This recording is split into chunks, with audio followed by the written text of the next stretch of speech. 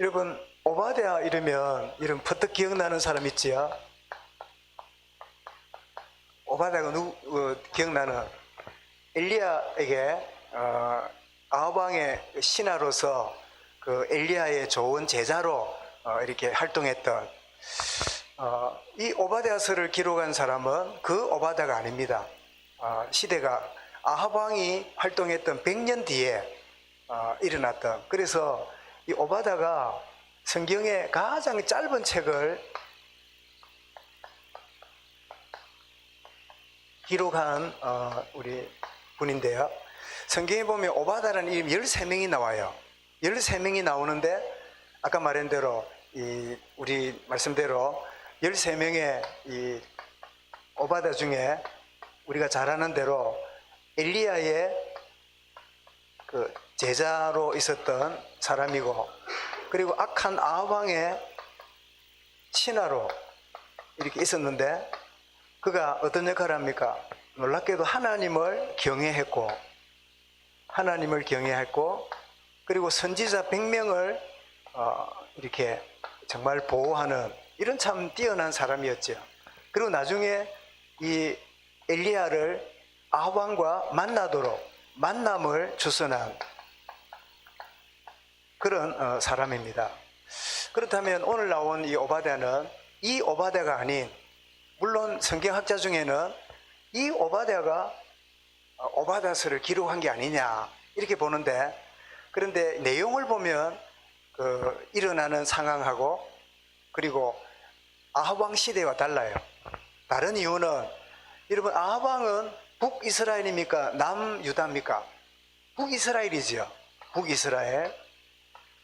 그런데 오바댜는 오늘 보니까 이스라엘입니까? 유다입니까? 유다지요.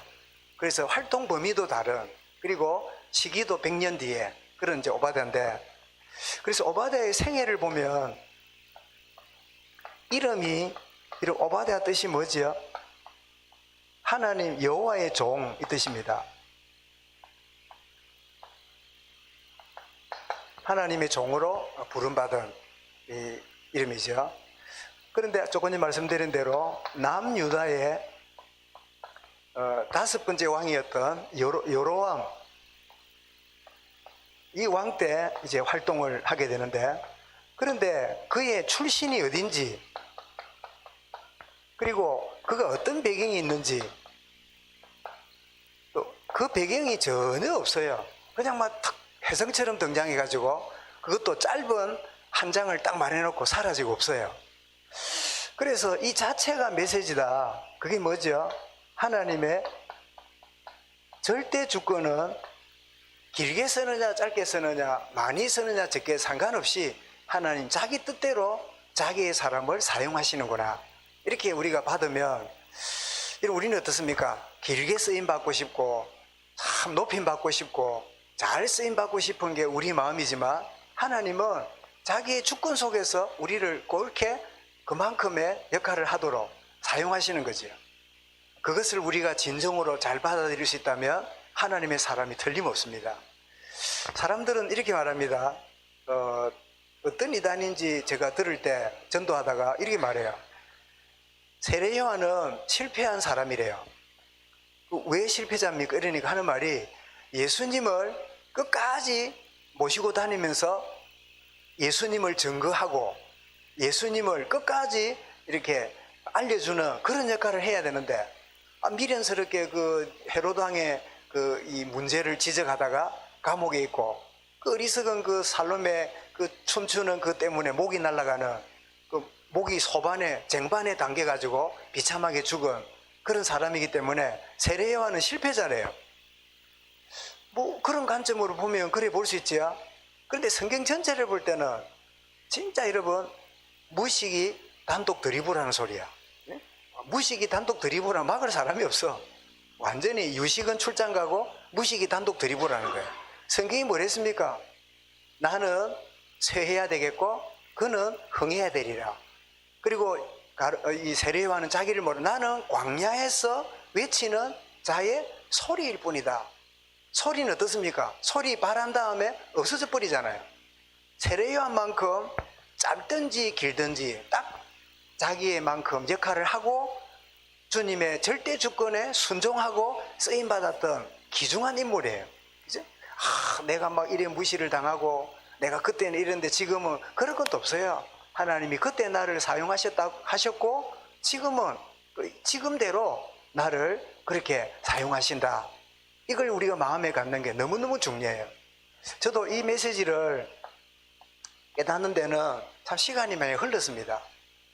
값을 치르기도 하고 지냈는데 이해하고 들으십시오. 제가 한국에 나름대로 목회를 그런 대로 하다가 제가 미국에 이렇게 초청받아가 들어갔잖아요. 갔더니 한 6개월 이렇게 모이는데도 한 14명 한 서너 가정에 아이까지 해가지고 그 가정인데 한 6개월 지냈더니 한 5, 60명이 모여요. 그래서 미국은 집이 커가지고 한 장로님 가정 그 지하에 이렇게 모였는데 자리가 복잡해서 안 되겠다. 그래서 미국 교회를 빌려가지고 한 150석. 그러니까 큰 두 줄인데 이제 이거 두 줄이면서 좀 요것보다 한 배 반 긴 이런 이제 유형의 교회인데 이 루트교 이제 교회를 이제 빌려가지고 예배를 드리는데 그때부터 문제가 막 생기기 시작하는데 한쪽에는 나를 초청한 사람들은 늘 우리를 만족시키려 하고 또 새로운 교인들은 새로운 교인대로 이 교회가 어디를 끌려가냐고 그러니까 그 말씀대로 가자 하고 막 이러면서 문제가 막 생기고 막 이래 지낸 중에 나중에는 어떤 일이 벌어졌냐 이제 미국 교회를 들으셨지요. 막 주동하는 사람이 막 신날 때는 이러다가 기분 나쁘면 집안 다 내려나가 버려. 샥 하고 나서는 우리 아내, 아들, 딸 그리고 그 한 가정 전도된 부부 이래가지고 150석 자리에요. 몇 명 앉았습니까? 5명 더 앉아놓고 내가 3개월을 예배 드렸다니까.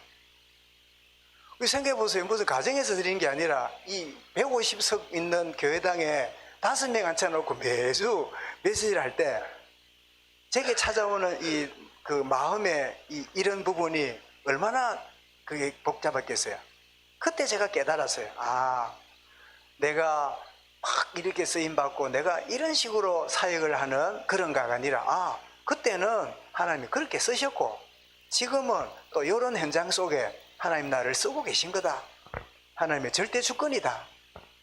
물론 저의 부족을 돌아보기도 하고 또 갱신할 부분도 있지만 하나님의 주권 속에서 허락하신 거를 내가 내가 막 이런저런 할 거 없다. 하나님이 내게 열어주신 대로 하면 된다. 그리고 한 석 달을 예배를 드리는데 여러분 아시는 대로 한국 집하고 미국 집하고 많이 다른 거는 한국에 예를 들면 원룸을 이렇게 지으면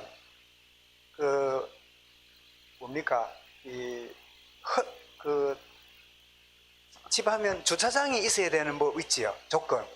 예를 들면 방이 몇 개면 주차장 몇 개. 그럼 우리나라가 원룸이 예를 들면 양쪽으로 해가지고 쫙 이렇게 세 개, 6집이면 6대를 되도록 허가합니까? 아니면 2대를 허가합니까? 제가 알기로는 한 2세대만 하면 되지요. 집집마다 집이 있는 식으로 허락 안 하지요. 그랬다가는 우리 좁은 땅이라 집을 못 짓잖아요. 그럼 만약에 우리 교회가 미국식으로 허락을 받았으면요 150석이잖아요. 그러면 주차장이 몇 대 되는 주차장 돼야 돼요? 150대 되는 주차장이 있어야 교회 허락을 해요. 교회당보다 주차장이 훨씬 커요. 그게 미국의 그 조건이에요. 모든 사람들이 심지어 한 가족이 아니라 가족마다 5명이면 5명이 다 타고 오니까 인원수 대력 차가 있는 거 맞잖아요. 그래 이제 한 150석 되는 그 교회니까 주차장이 150대 되니까 얼마나 주차장이 늘습니까? 운동장 몇 개만큼 있지요. 그래서 제가 예배를 인도하는데 거기 이제 주동하던 이제 그 장로님이 마음이 그랬던가 봐요. 그래 이제 또 주차장에 보니까 차가 우리 집 한 대하고 또 한 대하고 2대가 있는데 그 넓은 데 차 2대가 있으니까 더 보일 거 아니에요. 근데 이제 또 교회당에 이제 어쩌나 싶어 들어보니까 막 내가 열심히 예배를 설교를 하고 있더라네. 그래 꽉 찼는가 싶으면 문 확 열어놨더만 며칠 없더래. 그래 회개하고 또 들어오고 나가고 막 그런 막 일이 벌어졌어요. 그 나중에 그러더라고. 목사님 자기는 놀랬대. 뭘 놀랬냐 이러니까 열심히 메시지하고 이러길래 막 교인들이 꽉 찼는가 싶어 문 열어봤더니 아니더라면서. 그래서 장로님 저도 교인이 많다고 목사가 힘나고 교인이 적다고 힘 빠지고 하나님의 주권을 모르는 짓이다. 내가 약장사냐? 내가 무슨 뭘 권하는 사람이냐? 많든 작든 하나님의 주권 속에 내가 말씀을 전하는 자다. 그거를 배우는데 제가 값을 제법 치렀어요. 정말 이런 우리에게 주어진 사역이 잘 되고 안 되고, 내가 하는 산업이 많이 열리고 안 열리고, 내가 하는 대로 되고 안 되고, 여러분 그 이전에 나는 하나님과의 1대1에 나는 나다. 진정한 정체성, 자존감이 여러분이 있기를 바랍니다. 하나님의 주권 속에 자기 사람을 쓰시는 거지요. 그런데 이제 그가 사역을 이렇게 하는데 어떤 사역을 했는가 하면, 이제 이 선지서를 통해서 에돔이 심판받을 것을 선포했습니다. 이게 그의 사역이에요. 참 희한한 사역도 있죠. 요나의 사역이 뭐였죠? 요나의 사역, 니느에 회개 안 하면 망한다. 여러분 요나의 이 선민의식 가지 가운데 회개 안 하면 망한다 할 때 소리가 어떤 게 컸을 것 같아? 예, 우리 교회 우리 이제 남자애들이 이제 때를 모이기 시작하는데 뭐 감사한 일인데 하여튼 잘 관리만 하면 좋겠습니다. 이 에돔이 이 심판을 받는다고 이렇게 하는 게 오바댜서의 주제입니다. 에돔이 심판받는다. 또 요나가 이 니느웨에 가가지고 회개치 않으면 하나님의 심판받는다 이럴 때 막 심판받는 게 더 큰 것처럼, 그런 뉘앙스를 한 것처럼 심판받는데, 그런데 이러면 에돔이 누굽니까? 예, 야곱의 형 에서의 별명이죠. 별명인데 이 에돔이란 뜻 자체가 뭐죠? 불다. 이 에서의 별명이 불다예요. 에돔이라고 붙인 이유가, 왜 불다고 했다고요? 하나는 몸에 털이 많아서 붉게 보였다는 뜻도 있고, 또 하나는 뭐 먹다가 장자권 잃었지요? 붉은 팥죽을 이렇게 탐하다가 장자권 잃었잖아요. 그런 의미에서 불다는 말이 그런 이 역사가 깔려있는 그런 말이지요. 그런데 이 에돔이 왜 심판을 받는가 하면, 이스라엘이 출애굽해가지고 이제 가나안으로 갈 때 에돔이라는 지역을 지나려고 할 때 에돔에게 길을 열어주면 우리가 길값을 주겠다고 했는데 어떻게 합니까? 출애굽한 이스라엘을 방해했어요. 못 가도록. 그래서 이스라엘이 에돔 지역을 못 지나고 삥 둘러가는, 사실은 여러분 이스라엘이 누굽니까? 에서하고 형제 국가잖아요. 그죠? 에서하고 야곱이니까. 그런데 이 에돔이 오히려 이스라엘이 출애굽하는 일을 방해하는 그런 역할을 했기 때문이고, 결정적으로 오늘 본문에 나오는 것은 유다가 이방 민족의 이 침입을 받을 때 에돔도 같이 와가지고 예루살렘을 약탈하는 이런 짓을 했어요. 그러니까 지금 형제 나라가 어려움을 당하는데 도와주기는커녕 예루살렘에 와가지고 약탈을 해가니까 이걸 보고 뭐라 그럽니까? 아주 나쁜 파렴치범이잖아요. 그러니까 요 형제 나라가 안 되기를 기대하다가 침략을 당하니까 예루살렘을 약탈했던 그 죄가 오늘 오바댜서에 유다가 심판받는 그 내용이 되는 거지요. 말하자면 여러분 이 상처가, 그리고 열등감이 여러분 가져다 준 결과가 무엇인가를 우리에게 보여줍니다. 여러분 에서에게 무슨 상처가 있지요? 장자권 뺏긴 상처가 있지요. 에서에게 무슨 열등감이 있지요?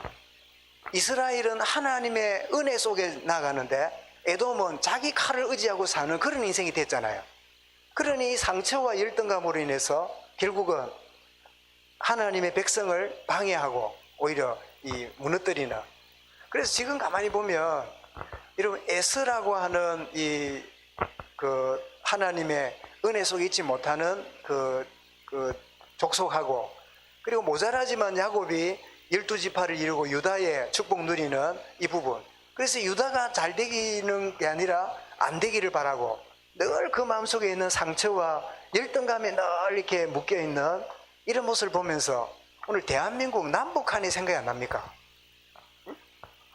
여러분 참 우리 이 정부가 참 너무 자존심 없고 너무 줏대 없고 뭐 우리 대통령을 뭐 삶은 뭐 소대가리니 뭐 이런 소리를 들어도 뭐 전혀 뭐 할렐루야 이러고 앉아있는 근데 감도 없고 막 쓸개도 없는 그래서 어찌 보면 참 기가 차고 어찌 보면 막 그러니까 이제 벨기에 소리를 듣고 이제 이런 거 아니에요 그죠? 근데 한 가지 이해는 돼요.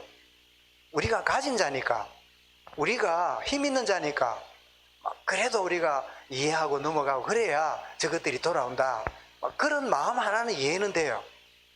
그러나 이제 우리는 답을 알죠. 공산주의자들이 절대로 자기 생각을 반쯤 내려놓고 우리 반쯤 내려놓고 그래 합니까? 절대 그래 안 해요. 딱 척하다가 자기들 가져와서는 삼켜버리는 게 이 공산주의의 원리인데 이 진보 정권의 여러분 이 특징이 뭐죠? 하나님 없는 인간 중심이에요. 그러니까 하나님이 하시는 일을 모르니까 우리가 잘해주면 될 걸 알 줄 알고 이렇게 하잖아요. 그러면 제가 드리는 말씀 요지는 이런 북한에 있는 사람들이 이 대한민국을 볼 때 늘 상처와 열등감에 빠져 있어요. 그죠? 사실 6.25만 터질 때만 해도 이게 압력강에 있는 그 수력발전소 그 전기를 우리 남한에 땡겼었잖아요. 그러다가 6.25 터지고 이러면서 전기가 잘려가지고 우리 굉장히 어려웠잖아요. 6.25 터질 때만 해도요 북한의 경제가 훨씬 나았어요. 남한보다. 그런데 웬일입니까? 6.25 지나고 이러면서 그쪽에는 뭐 또 이런 그 도움도 있었지만 참 이 나라에 참 미국과 많은 또 하나님 은혜와 이런 것들이 있으면서 북한하고 한국하고 비교가 안 돼요. 이제는 비교가 안 될 만큼 큰 차이 나니까 또 에돔처럼 잘 되고 있는 유다를 뭐 해요? 시기하고 질투하는 게 뭐죠? 상처와 열등감에서 나오는 거예요. 이게 여러분 그냥이 아니라 오늘 개인 삶에도 마찬가지입니다. 이런 믿지 않는 우리 집안이나 주변 사람들이 믿는 여러분이 잘 되는 걸 좋아합니까? 잘 되는 거 싫어합니까? 잘 되는 거 싫어해요. 그래서 이런 상처와 열등감의 결과가 결국 심판을 받는 자리까지 가는구나 보여지는데 그렇다면 우리 갖게 되는 부분에 이런 메시지가 뭡니까?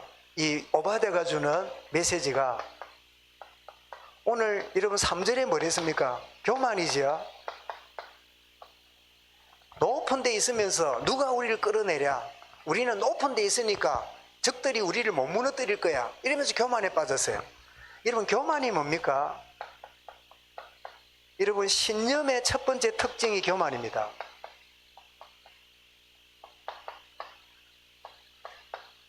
여러분 진리도 아닌데도 불구하고 탁 고집이 있고 탁 이렇게 버리기 싫잖아요. 그게 신념의 첫 번째 특징이에요. 신념이 강한 사람이 교만해요. 그리고 이 교만은 남을 인정 안 해요. 그리고 자기만 옳고 남은 전부 다 틀렸다고 생각해요. 그게 이 신념을 가진 자의 특징이고 교만이에요. 항상 내 생각은 옳아. 너희는 틀렸어. 그리고 더 나아가서 사람을 무시하고 더 나아가서 그 사람을 주관하시는 하나님을 인정하지 않습니다. 이게 바로 교만인데 신념의 첫 번째 특징이 뭐라고요? 그게 교만이에요. 그래서 우리는 저 사람 교만하다. 사람이 거만하다. 참 사람이 앞뒤가 없다. 뭐죠? 그 교만이 자기 신념에 가지고 살아가는 거예요. 그래서 이 교만의 결과가 심판을 받게 됨을 말씀하고 있고 두 번째로 10절에 보니까 형제애를 잃었어요. 아니 지금 형제 이 이스라엘이 어림을 당하고 고통을 당하는데 이 어림을 당하는 이스라엘을 약탈을 하고 더 넘어지는 놈 잡아뜨려 가지고 그 짓 하고 있으니까 얼마나 기가 막혀요. 무슨 꼴이냐니까 큰 집 작은 집이 한 마을에 사는데 작은 집이 잘 돼. 큰 집의 가족들이 작은 집 잘 되는 게 마음이 안 편해. 근데 작은 집에 불이 났네. 동네 사람들은 뭐 불 끄러라는데 저거는 뭐하러 가요? 그 집에 그 곳간에가 쌀 훔쳐 나와요. 어디서요? 큰 집에서. 만약 그게 된다 그러면 얼마나 여러분 그 창피한 일이고 얼마나 기가 찰 일입니까? 이제 교만 때문에 형제를 잃어버린. 여러분 여기서 주님이 뭐랬습니까?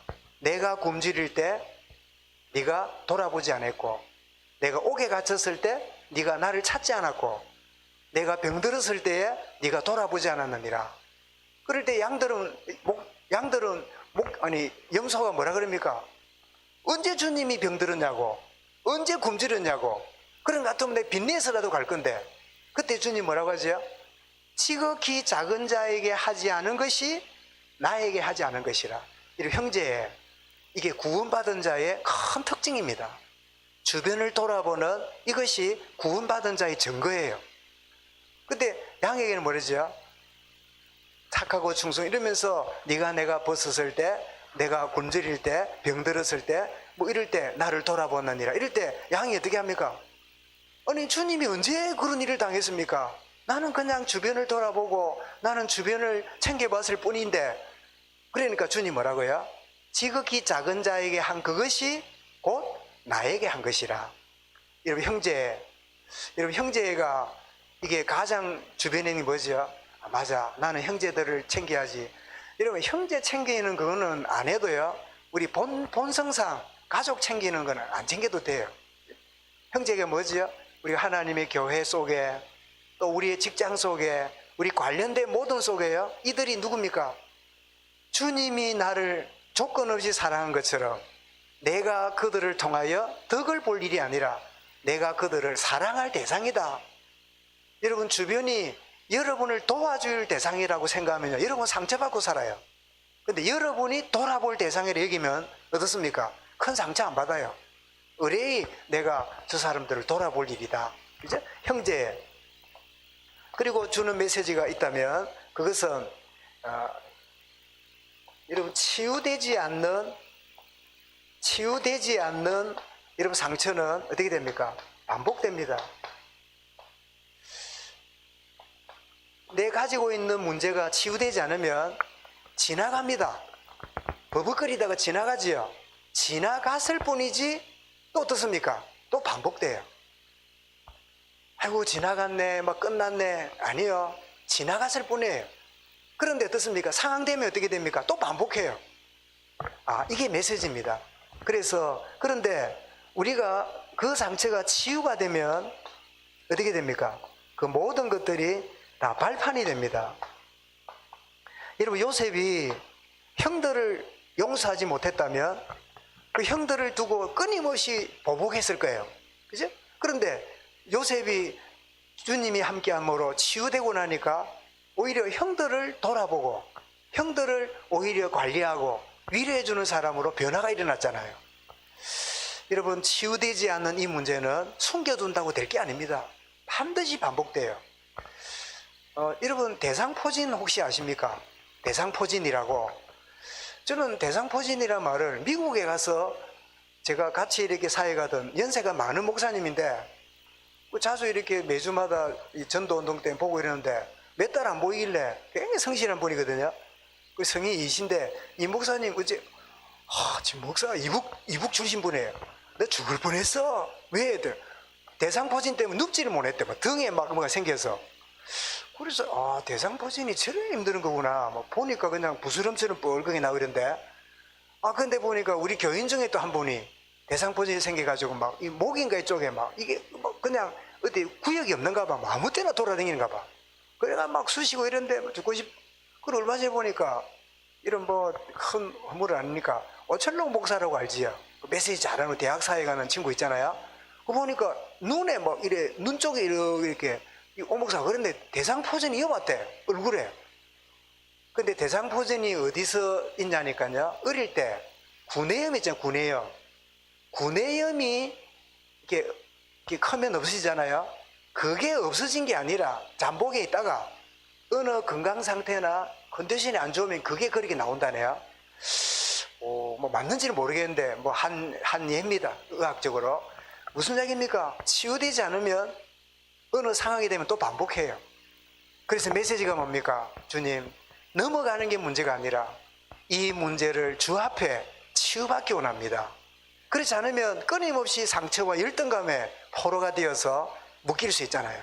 지나간다고 해결된 게 아니라 해결돼야 되는 문제인데 그렇게 되지 않는. 그럼 여러분 상처와 열등감이 치유되어지면 정말 기꺼이 참 축하도 할 수 있고 격려할 수 있는데 그게 안 되면, 그래서 나온 단어가 뭡니까? 사촌이 땅을 사면 어쩐다고요? 배가 아파. 왜 그럴까요? 예를 들면 사촌끼리 애가 자라는데 하고 저 집안은 잘 되는데 우리 아는 와 이렇노? 그럴 때 진심으로 우리 집안에 참 이런 우리 조카들이 참 이런 일이 벌어지구나, 이렇게 축하가 안 돼요. 왜요? 열등감 때문에. 우리 애들이 잘 돼야 되는데, 우리 집이 잘 돼야 좋은데, 이런 생각이, 하나님의 자녀가 그 생각이 있다면요, 뭐 나쁘진 않지만 그 훌륭한 생각은 아니라, 그치?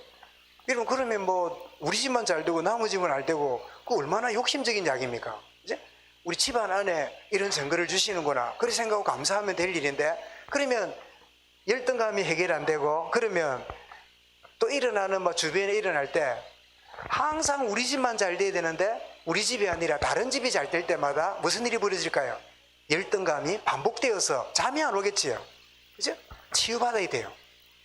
진정으로 치유받지 않으면 누가 나를 힘들게 하는 게 아니라 내가 나를 힘들게 하는 그런 경우가 많아요. 그죠?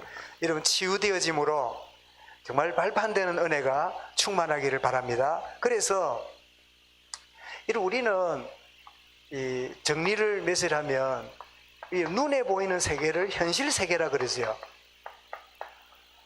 눈에 이제 보이는 거지요. 눈. 그죠? 그런데 실제 세계가 있습니다. 이거는 눈에 안 보이는 거예요. 그럼 불신자들은 뭐죠? 현실 세계만 쳐다보고 실제 세계를 부정합니다. 한번 보십시오. 오늘 새벽에도 제가 말씀을 잠깐 드렸지만은, 믿음 생활하는 중에 광신자들은 실제 세계를 찾는다고 현실을 부정해요. 그래서 신비주의자나 이런 사람들 보면요, 뭐 삶이 이상해요. 믿음이 굉장히 좋아 보이는데 현실적으로 굉장히 이렇게 뭐랄까요, 썩 모험적이지 않는 그런 경우들을 여러분 아마 그 주변에서 본 분 있을 거예요. 근데 반대로 굉장히 물질 중심의 사람들은, 물질주의자들은 현실 세계만 추구하다가 실제 세계를 놓쳐요. 여러분 주님은 어디 오셨습니까? 주님은 실제 세계에서 우리 현실로 오신 분이에요. 말씀이 육신이 되어 우리 가운데 오셨어요. 그런 주님으로 말미암아 거듭나는 순간에 우리는 실제 세계를 보고 실제 세계를 가지고 현실 세계를 해석하는 자예요. 그가 누구지요? 그리스도인들입니다. 이게 여러분 이해되면 우리 신앙의 굉장히 중요한 터닝 포인트가 돼요. 그래서 이렇게 보려면, 아니 목사님 눈에 보이는 게 다잖아요. 눈에 안 보이는 게 뭐 그리 중요합니까? 이래 싶잖아요. 그런데 어떻게 하면 실제 세계가 보일까요? 거듭날 때 보입니다. 거듭나면 실제 세계의 관점으로 현실 세계를 볼 수 있어요. 여러분 실제 세계를 모르고 현실만 쳐다봤던 게하시는 아랑군대 쳐들어온 거 보고 큰일 났다고 난리를 피웠잖아요. 그런데 그의 스승이었던 엘리사는 어떻게 해요? 두려워하지 말라. 저들보다 우리와 함께하는 자가 더 많으니라. 그러면서 엘리사가 어떻게 합니까? 주여 종의 눈을 열어 보게 하옵소서. 그랬더니 게하시가 눈이 떠졌는데 뭐가 보였지요? 현실을 보고 있던 눈이 거듭남의 눈이 되니까 하늘 불변과 불말이 엘리사를 감싸고 있는 것을 보았어요. 하늘 불변과 불말은 원래 누구 옆에 있었지요? 그의 스승 엘리야와 함께 있었잖아요. 그런데 갑절행을 받은 엘리사에게 불변과 불말이 함께하는 거 보았잖아요. 여러분 실제 세계가 보여야 돼요. 이게 뭐죠? 거듭나는 겁니다. 영적으로 변화가 일어나면 내게 주어진 모든 현실이 실제 세계의 관점으로 보기 시작하면 이 현실은 여러분 어떻습니까? 주님의 눈으로 보기 시작하면서 해석이 달라져요. 그래서 이런 기도가 뭘까요? 기도는 현실 바꾸어 달라고 기도하지만 사실은 기도는 내가 바뀌는 시간입니다. 나의 관점이 늘 현실 세계 쳐다보고 주여 해 주옵소서 기도한 내가 현실 바라보던 내가 실제를 보는 변화가 일어날 때 주님 이 현실 이 풍랑이 인하여 더 빨리 갑니다. 이 현실 때문에 내가 주님을 더 의지합니다.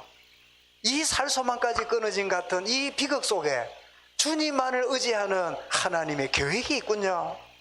이게 발견되는 거예요. 여러분 진짜 기도하시기 바랍니다.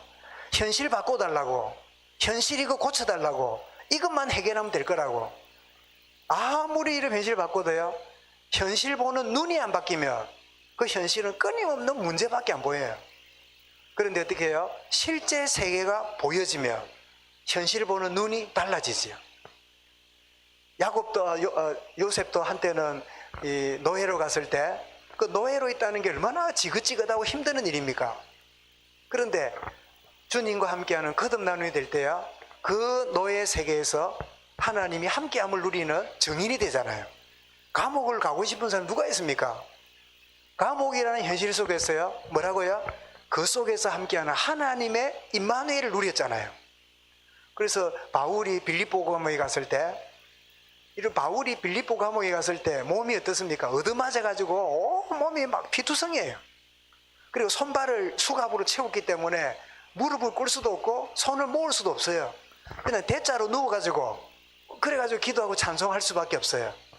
감옥이라는 현실 속에 들어갔는데 바울과 실라가 뭐 했습니까? 하나님을 찬송하고 하나님께 기도하였더라. 현실을 넘어 실제를 보았던 사람이에요.